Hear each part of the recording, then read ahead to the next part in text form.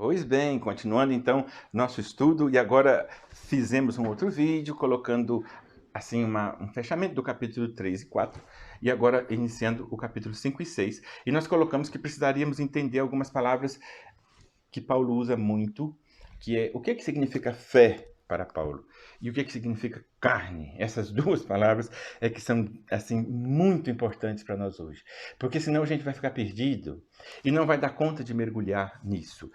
Foi preciso pedir ajuda a esse homem que se chama José Combrém. Vou colocar lá uma parte do livro dele, Vocação para a Liberdade, onde ele coloca o Evangelho de Paulo, e ele trabalha isso de uma maneira muito linda. Eu vou falar rapidamente, aí senão o vídeo fica muito grandão, e eu coloco lá para poder todo mundo que quiser pode depois ler direitinho. Tem algumas partes do texto que é próprio de um intelectual, ele já partiu, um grande mestre, mas com pouca leitura todo mundo vai entender e vai dar conta de pegar com clareza essas coisas de modo muito importante. Quando Paulo fala de fé para Comblain, e eu achei maravilhoso, e precisamos disso, ele está falando do próprio Paulo, e quando ele fala de fé, citando Abraão, é muito diferente do que às vezes nós falamos de fé hoje. Hoje a gente fala fé, eu sinto uma fé muito grande. E às vezes é mais uma fé light, uma fé que a pessoa quer lá, eu quero um milagre de Deus, eu quero receber. E Deus vai fazer, meu Deus é o Deus do impossível. Ele vai entregar para ele que ele vai resolver tudo. E eu fico escutando às vezes parecendo assim, não, pode deixar que Deus vai lá, vai bater o cartão no meu lugar, vai trabalhar no meu lugar, eu posso ficar deitado e dormindo. Mas, gente, você sabe que se você colocou a roupa no varal e a chuva estiver vindo, Deus não vai tirar, não. Também você sabe que se o bolo estiver lá no forno, começando a queimar, e se você não correr e desligar, Deus não vai desligar o forno, não. Bom, mas e aí? Que fé é essa, então? Que impossível é isso? Como é que é a fé?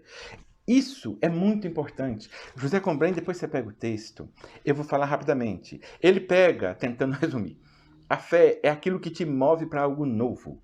E Paulo vai dizer, um amor, uma fé acionada pelo amor. Quando ele vai falar o tempo todo que a fé não se trata de obras da carne exterior, e a circuncisão é uma obra exterior. Mas depois vocês vão ver no 5 e no 6, como que ele fala que entre vocês, se vocês estão mordendo uns nos outros, se vocês não têm amor, se vocês têm que ter... E ele vai falar as obras que vêm do Espírito, de bondade, de amor, de compaixão, de ternura. Então, quer dizer, não é uma fé sem ética. Então, a fé que Paulo fala é a fé que ele experimentou. Quando ele encontrou com Jesus, e a palavrinha mágica é amor e vida nova. Quando ele encontrou com Jesus, e quando Abraão encontrou, que ele cita Abraão no capítulo 12, nós vimos lá quando estudamos o capítulo 3. Então, o tempo todo, o núcleo de Paulo é o capítulo 12 até no 15, a aliança de Abraão, e foi declarado justo pela fé. E ele cita também Abacuque, que o justo vive pela fé. E como é que foi? Então, Deus falou com Abraão, sai e vai para onde eu mostrar. Eu vou te fazer de você um grande povo, e você, todas as famílias da terra serão abençoadas. Abraão acreditou e foi. Então, a fé é se lançar para o novo, é se lançar no abismo, é se lançar no mar sem saber nadar. Para aprender a nadar, é como, se quiser pegar uma palavra melhor, José Combrey cita assim, é como uma criança que nasce e tem que respirar, sem nunca ter respirado. Ela vivia do cordão umbilical da mãe. Por isso que ela chora, né? Eu lembrei muito daquela história da águia, quando a águia pega os filhotes, joga do alto da montanha e vai ensinando eles a voar. Então ela joga, ele vai se debatendo, quando ela vê que ele não conseguiu, ela passa por baixo, pega de novo, volta com o paninho. Depois ela joga de novo, e ela numa altura gigantesca, se ele cair lá, ele morre, mas ela vai e pega. Então Deus nos treina como filhotes de águia. E o texto do Gênesis diz isso, do Deuteronômio. Deus tirou vocês do Egito em asas de águia. Então é preciso que a gente saiba que a coisa é feia. Deus não é sonso. E como disse São Paulo, não pode zombar de Deus. Então a fé é lançar-se ao novo. É construir vida nova. É um amor, e amor ninguém sabe o que é. Quem souber o que é amor, não ama. Porque amor não se diz, não se explica, se sente, e é tão grande, e é tão forte, que é um trem maluco. Pode observar. Então, assim, é cruz, e ao mesmo tempo é prazer, é uma coisa incrível. Então, é indizível. Não se compra, não se vende. E como é que é? Então, o que é então? É uma coisa que cuida o tempo todo. E se não cuidar, não é amor. E se sofre, mas eu não posso fazer o outro sofrer, só eu que posso sofrer. Então, se fizer o outro sofrer, não é amor. Então, como é que é isso? Então, é essa dinâmica misteriosa, encantadora, que é a fé. E é o que Paulo fez. Ele perseguiu os judeus e encontrou com Jesus, pega lá Atos 9. Ele encontrou, ele mudou. Então agora ele não persegue mais, ele se torna perseguido.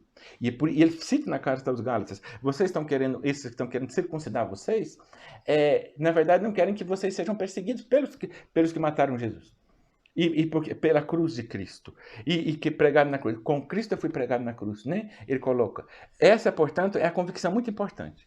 A outra dinâmica que Paulo nem usa a palavra pecado aqui, ele vai usar na carta, em algumas traduções da carta aos Romanos, mas ele vai citar as obras da carne. E aí nós temos que entender isso.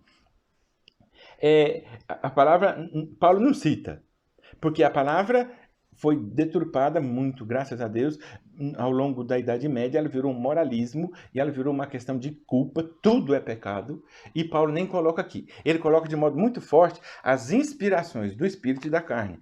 E aí o que é carne e o que é espírito? Espírito nós sabemos muito bem, o Espírito de Deus está tranquilo. Agora e a carne? Aí é desafiante, porque senão entra no moralismo, porque senão como é que é? Pegando um texto do próprio Paulo, da carta aos Romanos, ele vai dizer de um modo gigantesco. Ele coloca lá, olha, não faço o bem que quero, mas o mal que não quero. Na realidade, não sou eu que pratico a ação, mas o pecado que habita em mim. Eu sei o que não mora em mim, isto é, na minha carne, pois o querer o bem está ao meu alcance. Não, porém, praticá-lo.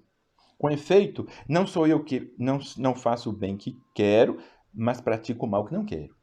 É uma tradução do João Calvino da carta aos Romanos. E aí, não cita com essas palavras, aqui não. Esse aqui, estou lendo lá na carta aos Romanos, depois eu coloco aqui para vocês. O que no capítulo 7, do 19 até o 23, é maravilhoso. E aí, do 9 até o 23.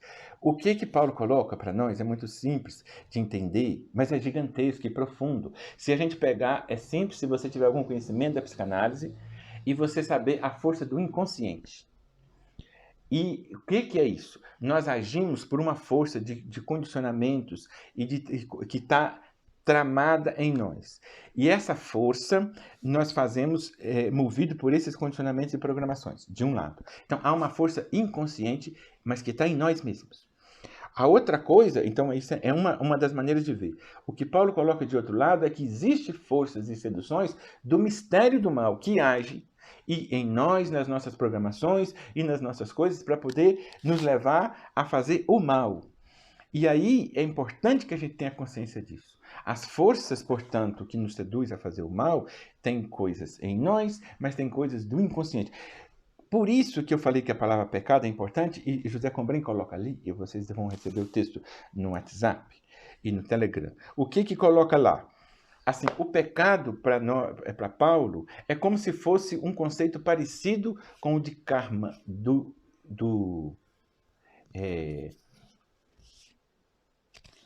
budismo. Porque, assim, é uma força que eu não tenho total controle sobre ela. Que não depende só de mim não fazer. O bem, eu preciso de Deus para fazer. E eu preciso da força de Deus para fazer. E por isso que ele diz, querer o bem está ao meu alcance. Agora, fazer o bem, não. Eu preciso porque é Deus e é maior do que mim. Esse mistério só conhece quem fez terapia, quem fez muito trabalho de si mesmo, como diz lá a filosofia grega. Uma vida não investigada não vale a pena ser vivida. Agora, quem já viveu um pouco mais, quem já experienciou um pouco mais a vida, já viu muito bem, que já prometeu ser paciente, que já prometeu fazer só o bem, que chegou no ano novo, falou que eu ia fazer tudo diferente, que eu não ia gastar dinheiro, que eu só ia trabalhar, que eu não ia não sei aonde, não sei aonde, não sei aonde. E quando chegou no mês de janeiro, se viu fazendo tudo de novo. Fala, mas para onde que foi aquela empolgação que eu tinha? Então, é isso que Paulo coloca, e essa dinâmica que é preciso a gente compreender. Nós somos chamados à liberdade, mas, no entanto, às vezes nós somos escravos. Escravos de nós mesmos. Escravos também do mistério do mal. Escravos de nossas programações e do nosso inconsciente. Eu não posso reduzir o conceito de pecado ou o conceito de força do mal a uma força meramente inconsciente, porque senão eu estou dizendo que o mal só está em mim. Eu não posso reduzir quando eu cito o budismo do conceito de karma, e que com João Combray, então por que está pegando? Não, é para poder entender o seguinte, como é que eu entendo o significado desta palavra? Como é que eu entendo o significado de xingar lá na minha terra e xingar aqui?